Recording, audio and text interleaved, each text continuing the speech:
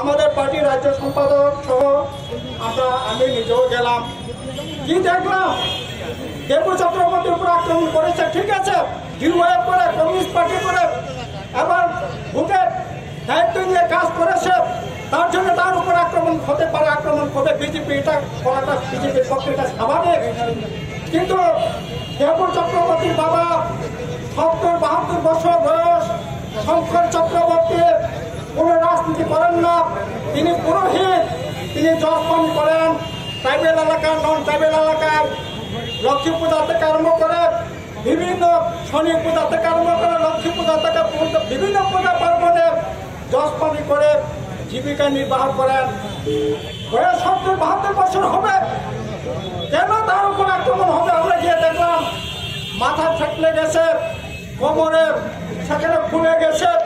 বৃদ্ধ দেবু চক্রবর্তীর মা, একেই প্রায় ৭০-৭২ বছর বৃদ্ধ মহিলা, তাকে পর্যন্ত সার দেয় নাই। এইরকম ঘটনা ঘটছে। এই যে ভয়ঙ্কর অবস্থা গোটা রাজ্যের মধ্যে, এখন যারা নেশা কারবারে, যারা সন্ত্রাসে, যারা আক্রমণকারী, যারা দুর্বৃত্ত, তারা এখন মনে করে এই সরকারটা আমাদের, তারা মনে করে সরকারটা আমাদের, আমরা যা খুঁজে তা করবো, সরকার আমাদের কিছু করবে না। ওরা মনে করে সরকার তাদেরই সরকার, আর বাস্তবিক থেকে এটাই চলছে। আচ্ছা বলেন তো, আমাদের রাজ্য কত বড় রাজ্য? এই যে গত কিছুদিন আগে গ্রাউন্ড রিপোর্ট বেরিয়েছে, ওই উত্তরপ্রদেশে কত লোক সংখ্যা, প্রায় ২০-২১ কোটি লোক সংখ্যা, পশ্চিমবাংলায় ১২-১৩ কোটি লোক সংখ্যা। গোটা দেশের মধ্যে ক্রাইম রিপোর্টের জনসংখ্যার হারে যদি বিচার করে ত্রিপুরা হচ্ছে ১ নম্বর। গোটা ভারতবর্ষে ওই ক্রাইম রিপোর্ট সেখানে হচ্ছে আমাদের ত্রিপুরায় ৫৫ স্থানে ৫ নম্বরে। কোথায় নিয়ে যাচ্ছে? কোথায় নিয়ে যাচ্ছে?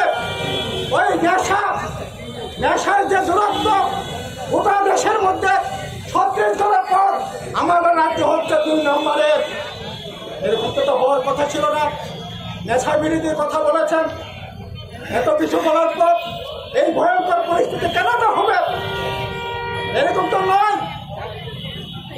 এখন এগুলি করবার পিছনে কি কারণ থাকতে পারে? আরে ভোটে তো জিতেছেন, গোটা দেশের মধ্যে এই পশ্চিম ত্রিপুরা লোকসভা কেন্দ্রের বিরুদ্ধে জিতেছে, ১ নম্বর জিতেছে নোটার বিরুদ্ধে। মধ্যপ্রদেশের ৭৮% ভোটে জিতেছে নোটার বিরুদ্ধে লড়াই করে। সেকেন্ড জিতেছে ৭৬%, তাও মধ্যপ্রদেশে। আর ত্রিপুরায় গোটা দেশের মধ্যে ত্রিপুরার বিরুদ্ধে ৭৩% ভোট পেয়ে সেখানে ৩ নম্বর, তৃতীয় স্থান অধিকার করেছে। ১৯৫২ সালের পর দশরথ দেবের চাইতে, বীরেন দত্তের চাইতে জনপ্রিয় ছিল কোনদিন বিপ্লব।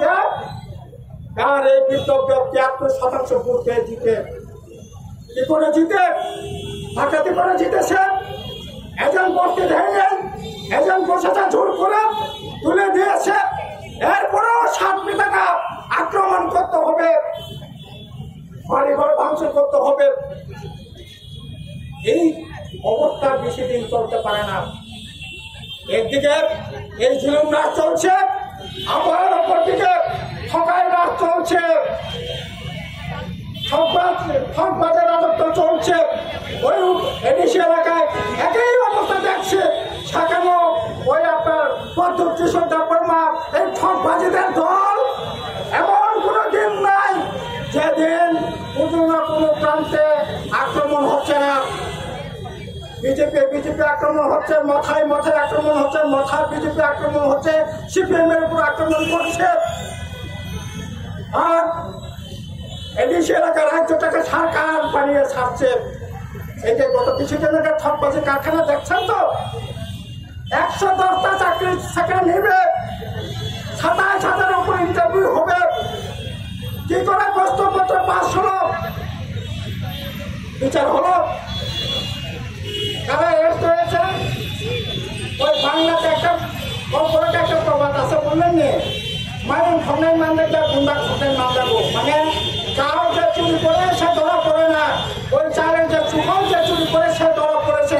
আমি তো মনে করি চুরি সুকান্ত চুরি করেছে না, সুকান্ত পাহারা দিয়ে এসেছে, ধরা পড়েছে। নিরীহ দুটা ছেলে ধরা পড়েছে। লাঘব বড়দের দরবার, তাদের দরবার সাহস এই রাজ্যের এই ঠকবাজের এই জুলুমবাজের সরকারের নেই।